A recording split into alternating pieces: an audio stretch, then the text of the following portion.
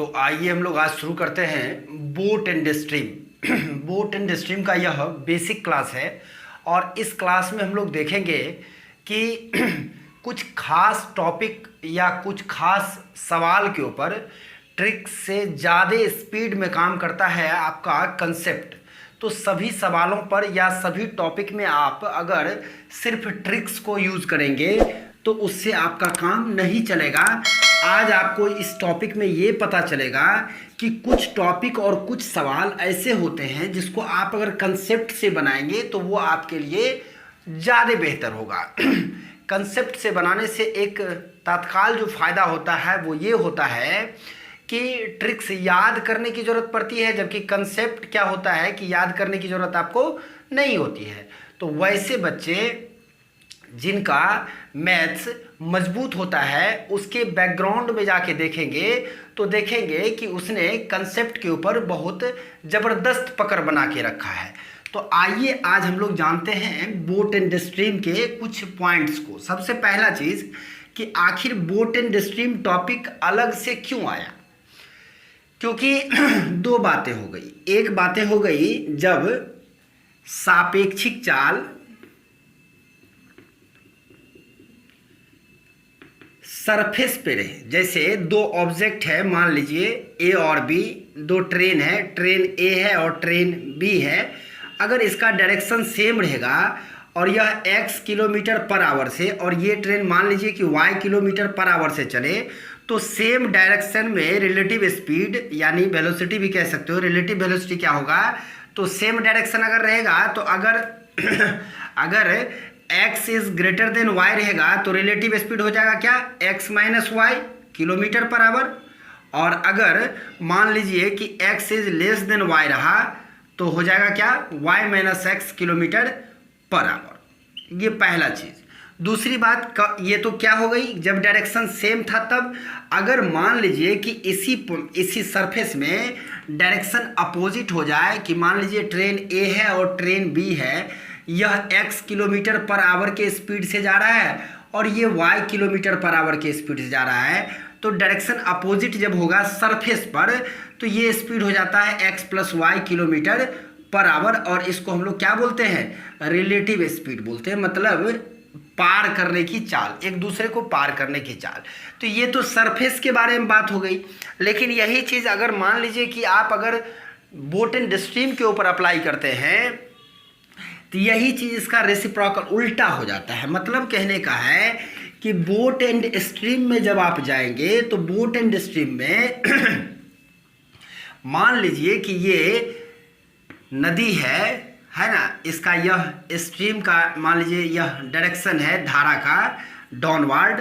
अब अगर मान लीजिए कि कोई नाविक इसमें नाव ले करके इसी डायरेक्शन में जाए और धारा की चाल मान लीजिए कि स्ट्रीम का जो स्पीड है वह s किलोमीटर पर आवर है और जो बोट का स्पीड है वह b किलोमीटर पर आवर है, तो सेम डायरेक्शन अगर रहेगा, स्पीड स्ट्रीम का डायरेक्शन और बोट का डायरेक्शन अगर सेम रहेगा तो सेम डायरेक्शन में रिलेटिव स्पीड क्या हो जाएगा, बताइए कि सेम डायरेक्शन में रिलेटिव स्पीड क्या हो जाएगा।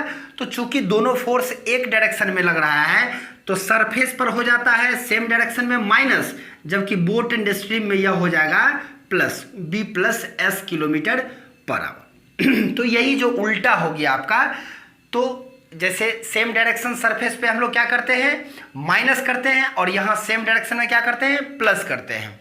उसी तरह से अगर डायरेक्शन मान लीजिए कि अपोजिट होगा तब रिलेटिव स्पीड क्या हो जाएगा, तो b minus S kilometre per our होगा। जब डायरेक्शन यहाँ पर जब डायरेक्शन सेम था तब हो गया यह रिलेटिव स्पीड, और यहाँ जब डायरेक्शन अपोजिट हो गया तो हो गया ये वाला रिलेटिव। अब देखिए एक चीज़ अपने को क्या बोलना है कि जब डायरेक्शन अपोजिट रहेगा तो b माइनस एस, और ये चीज़ नहीं सोचिएगा कि b is greater than s, क्योंकि always b is greater than s। Boat and stream में ऑलवेज बोट का स्पीड स्ट्रीम से ज़्यादा होगा, तभी वो नाविक नाव लेकर के उस नदी में जाएगा, नहीं तो वह लौट करके प्रारंभिक बिंदु पर कभी आ ही नहीं पाएगा।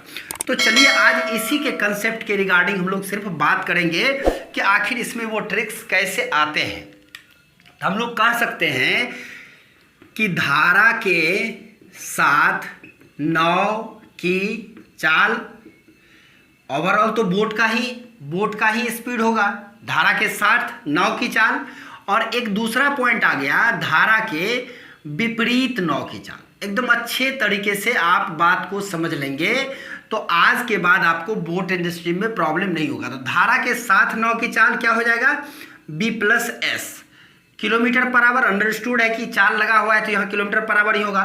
धारा के विपरीत क्या हो जाएगा, b माइनस एस। अब देखिए ये लीनियर इक्वेशन है, दो वेरिएबल का दो इक्वेशन, अगर आप दोनों को जोड़ोगे, दोनों को अगर ऐड करेंगे तो ये स्ट्रीम कट जाएगा, तो 2b का जो मान होगा वो क्या हो जाएगा, तो धारा इसको भी जोड़ दिए, इसको भी जोड़ दिए और इसको भी जोड़ दिया।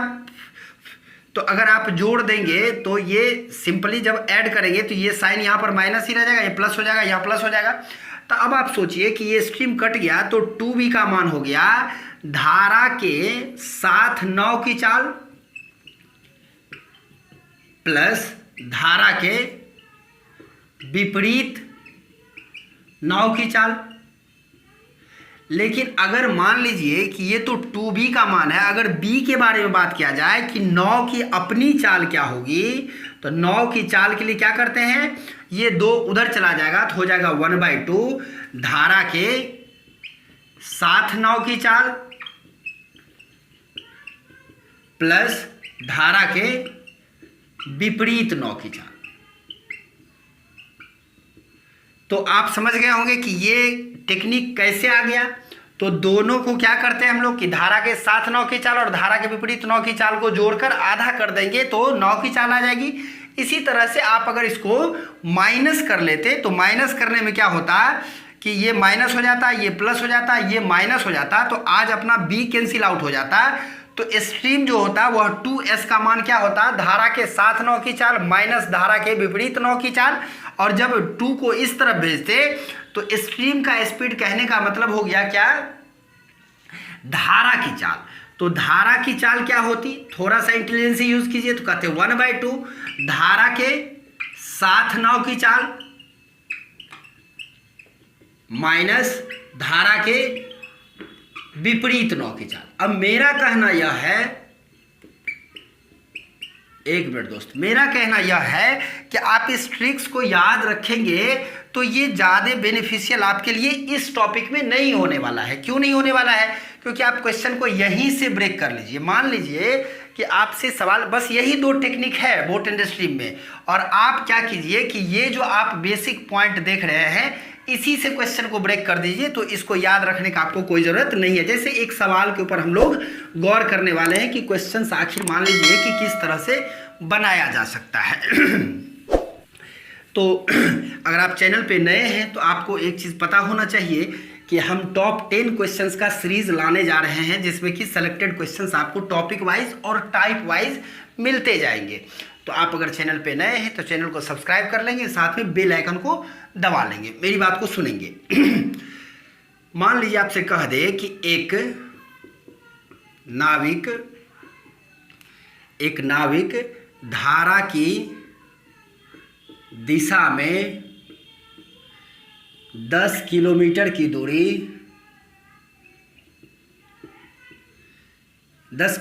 दूरी 2 घंटे में तय किया। यदि उसे उतनी ही दूरी वापस आने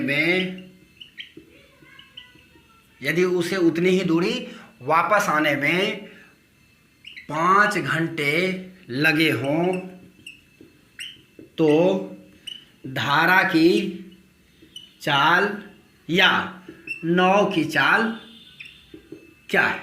अगर ऐसा सवाल रख दिया जाए तो आज हम लोग उसी बेस को लेकर के चलेंगे कि धारा की दिशा में मीन्स कि b प्लस एस का जो मान है, धारा की दिशा में नाव की चाल क्या होगी, b प्लस एस।